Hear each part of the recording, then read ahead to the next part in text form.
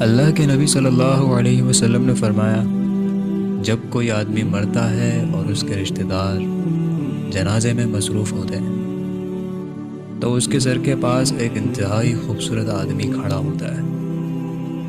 جب میت کو کفن دیا جاتا ہے تو وہ آدمی کفن اور میت کے سینے کے درمیان آ جاتا ہے۔ جب تدفین کے بعد لوگ گھر لوٹتے ہیں تو دو فرشتے یعنی منکر اور نکیر قبر میں آتے ہیں اور اس خوبصورت آدمی کو مردہ آدمی سے الگ کرنے کی کوشش کرتے ہیں تاکہ وہ اس قابل ہو سکے کہ مردہ آدمی سے اس کے ایمان کے بارے میں رازداری سے سوالات کر سکیں۔ لیکن خوبصورت آدمی اس وقت کہتا ہے کہ یہ میرا ساتھی ہے، یہ میرا دوست ہے، میں اسے اکیلا نہیں چھوڑوں گا۔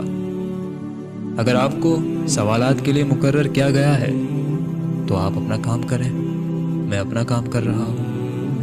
میں اسے اس وقت تک نہیں چھوڑ سکتا جب تک کہ میں اسے جنت میں داخل نہ کر دوں۔ اللہ اکبر۔ ابھی آگے سنیے گا کہ یہ آدمی کون ہے۔ اس کے بعد وہ اپنے مردہ ساتھی کی طرف متوجہ ہو کر کہتا ہے کہ میں وہ قرآن ہوں جسے تم پڑھا کرتے تھے۔ اللہ اکبر، اللہ اکبر۔ کہتا ہے کہ میں وہ قرآن ہوں جسے تم پڑھا کرتے تھے، کبھی بلند آواز میں اور کبھی دھیمی آواز میں۔ پھر آگے کہتا ہے، فکر نہ کرو، فکر نہ کرو، منکر نکیر کے سوالوں کے بعد تمہیں کوئی غم نہیں ہوگا۔ سبحان اللہ۔ اور جب منکر نکیر سوالات کر کے چلے جاتے ہیں تو جنت سے ایک فرشتہ آتا ہے اس مردہ آدمی کے لیے بستر لے کر۔